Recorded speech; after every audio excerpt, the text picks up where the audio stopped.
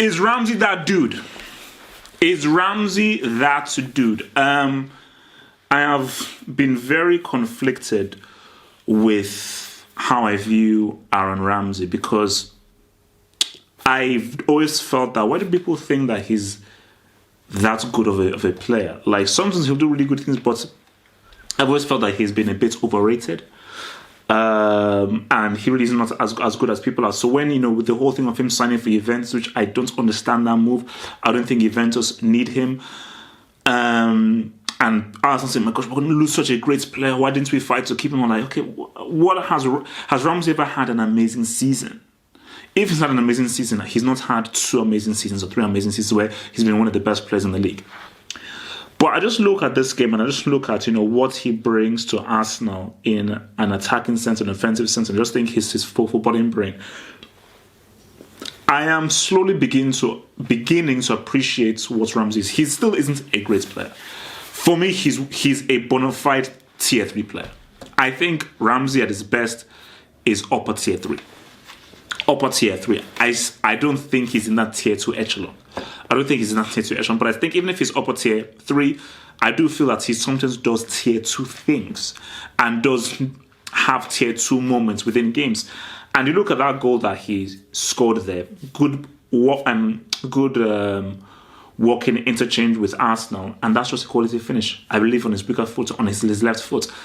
And that's just what he brings, and I think as an attacking midfielder, almost similar to what you see like a Marco Reus bring, because he has the passing, he has the balance on the ball, he has the playmaking ability to make a nice killer pass, intelligence passes, but he also has the goal scoring acumen as well. So it's a nice rounded package that you get with your boy Aaron Ramsey. And I'm just thinking, and when you look at him, I'm like, he is a quality. I just can't decide. Maybe you do something. Is he underrated or is he overrated? I am still because remember, I always have to remind people when I say this. When I say some player is overrated, it doesn't mean they're crap. No. Overrated means that I still think they're good, but they're not as good as the world or the people or the media put them in as. Perfect example, I think Antoine Griezmann is overrated. He's still a quality player. He's still an extremely good player. I just don't think he's as good as people think he is. He is good, but not as good as people think he is. So, but I just think, for Arsenal, this was a key game. And this was about capitalizing on Tottenham losing to Liverpool. Because as of right now, Arsenal are now in third. And I think, as the big thing, and this is just something I just need to get through to Emery, and I don't know whether he's going to keep on carrying on this. He doesn't stick with a lineup. But as much as I can insult him for stick to a lineup and everything, if you're winning, and he won this game by saying, I'm going to start with Lacazette, flipping Aubameyang on the bench, bring him on, helps to contribute to the second goal, we win the game. And the guy that I actually chose over him, Lacazette, scored the goal. We'll get to the Z. So, as much as I always encourage teams to have a starting lineup, for Emery, maybe it works. And maybe his logic is, I want to keep everyone guessing. And I want to create a culture where everybody is involved. So even if you're on the bench, I need you to come off the bench and be sharp. And I think maybe that's what he imposes in training. Shout out to your boy A1 there, Arsenal boy, who, look, A1, I told you, you had to win, boy. A1, you had to win. Hang up, brother. So, but I think the key thing there is it was a case of maybe in training, the dressing room, in team talks, he's like, guys, this is how I'm going to roll. I need to keep all y'all on your flipping toes. I'm going to keep on chopping and changing. I believe in chopping and changing keeps things fresh and keeps things interesting. And I do believe that, the difference, because I do not know how big a difference this is, and I think, it's similar to a Pep and even a Klopp. There is a big difference in your manager backing instruction at you, applauding you, encouraging you, urging you on. That is a big psychological difference, because when you looked at Wenger was just like, boom, play, and that's it. He rarely ever made changes in game. Never really ever said, yo, boom, stand there, go, push forward, yo, pull back, go narrow, go wide. More energy. And I think for Emery, you can just tell that his culture, very similar to what he did specifically in Sevilla. I don't know about pitch, but specifically in Sevilla, energy. He really wants the intensity, and I think on offensive intent, I think even with defense as well, he just wants that's the key word. He wants a relentless energy throughout the 90 minutes of the game, where you are constantly making runs, making passes, doing those runs, and constantly being a nuisance and a barrage on the team. That's what he wants. So,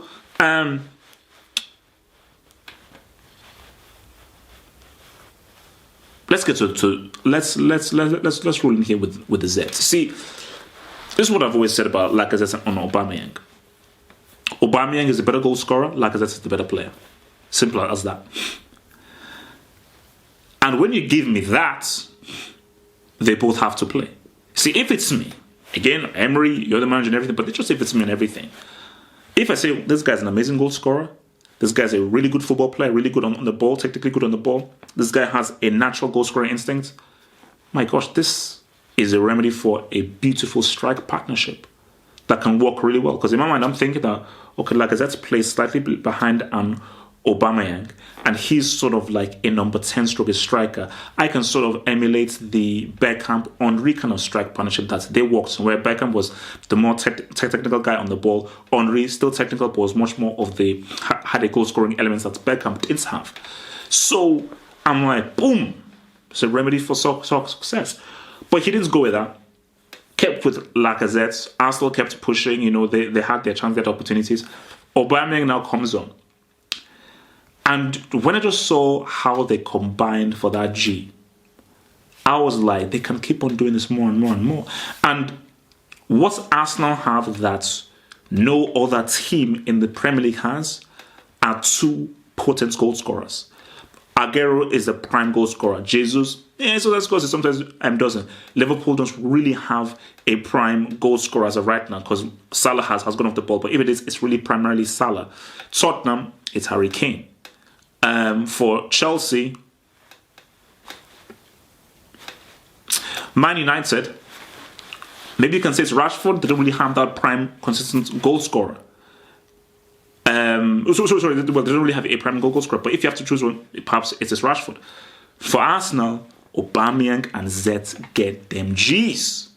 That is a rare thing to have for Arsenal. It's a very rare thing to have for Arsenal. And when you even look at that goal, that's the kind of combination. It must remind me of the back days of Cole and York, or Chiesa and Crespo back in the Parma days, or Del Piero and Trezeguet.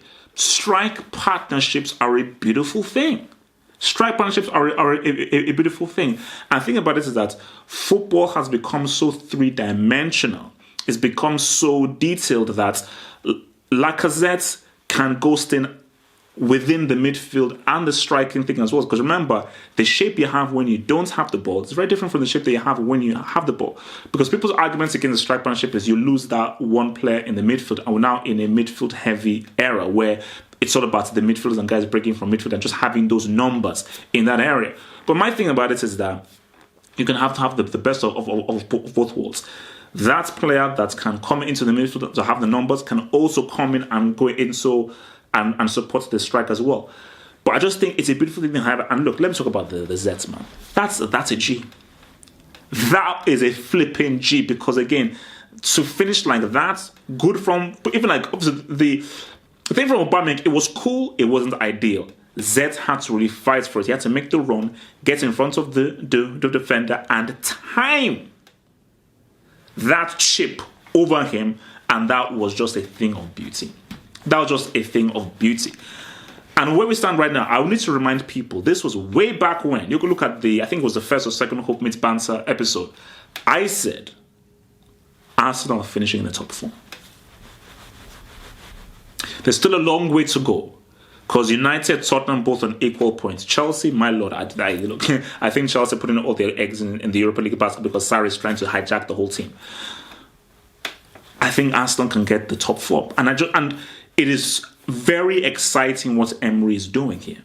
Because with Emery, there is a plan here. Because remember, this is his first season. Remember, new manager comes in, you don't judge him on his first season, you judge him on the second season, because that is when he's seen his team, and that second summer is when, this is the strength, this is the weaknesses, these are the targets I need. And the team has had a year to learn my tactics, a preseason as well, second season, boom, we're in. So remember, Arsenal, this is still a work in progress. It's still a work in progress, but what you're saying is, it is not too much of a departure of what Wenger was about. Attacking, lots of movement, the ball always goes forward. But I just believe that tactically it's deeper. There are more things involved. And I think even the whole fact of him constantly changing the formation, changing the shape, changing the lineup, it keeps people on their toes. It keeps people interested, because now you're not resting on the laurels of like, I already know I'm going to be in the starting lineup, I already know what the formation will be. It keeps the opposition guessing, it keeps the team guessing. I think it just keeps the team fully fresh. So yeah, and I think is it Maitland Miles? Very, very impressed. Very impressed. Very impressed by that dude, because again, I think Arsenal have definitely been missing, a marauding wing back who, he knows his defensive duties, but actually brings something with the ball, can get to the ball and can do a cross, but is confident on the ball. And because in today's modern day, you need wing backs. In modern football, you need fully functioning wing backs who can do things at both ends. So, yeah, man, look, man, this top four thing, anything can happen because it's so unpredictable, but Arsenal are in a great position. They're in a great position because, as I said, yeah, they'll concede. That defense is still sketchy. Newcastle, they did, cause them a few scares here and there, and everything, Rondon and Kennedy's caused them a few scares, but I think better teams and better opposition will cause them much more scares, and that defense still isn't fully intact. Socrates is just trying to hold it down. Mustafi is still a brick. But I just believe there are goals in this team. Remember, they have Ramsey till the end of the season. I think in Ramsey, there's either a goal in him or something that leads towards a goal. And I think Ramsey may be in a nice pocket where I just think it's going to be shifting goals. But I don't know how deep the injury is. But what I'll say for Emery, look, it's working. The change of formation is working, but I'm still going to double down and keep saying this about Arsenal. You can change the midfield, the defense, the wingers. Keep Lacazette and Aubameyang always playing, because the more that they play in these matches, the more they will develop an understanding between each other. And I'm telling you this right now, solely this is from your boy footballing philosophy. Defenders don't like to have to deal with two strikers. Defenders have had it easy because defenders right now are like lone striker, the oncoming running midfielders. Our job is good. But if for two defenders we now have to deal with two strikers occupying that space in there, it makes things far more problematic. And it's an issue. And I just think Aubameyang and Lacazette, the beauty about them is that they have very different playing styles, and their characteristics are different, but there is an understanding within them. I think it always helps when you're friends. I even used the example of the days of Hasselbank and Gudjonsen, where they said they used to go to each other's house and actually developed an understanding off the pitch. Because that understanding you have off the pitch breeds into the understanding you have on the pitch. So what I said, because I think these guys could form, in my opinion, as I've mentioned the teams, the most interesting and the deadliest strike partnership in the Premier League. Because there is no other team that has two quality strikers. Most teams have just the one, and the rest are attacker, winger, attacker, midfielder. No team has two quality, bona fide strikers that can score the kind of G's that they score. Because we know Aubameyang's goal scoring talents, but look at Z's goal. Like that goal that Z scored that's like a tier 1G.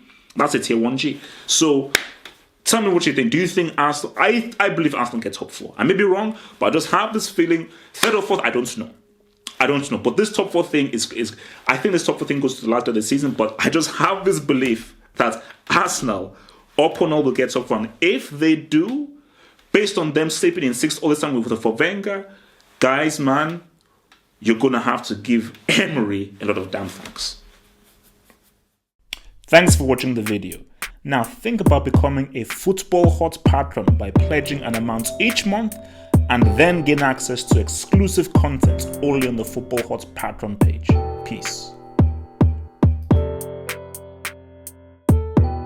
head over to the official site at hartfordfootballhot.com or just click over here.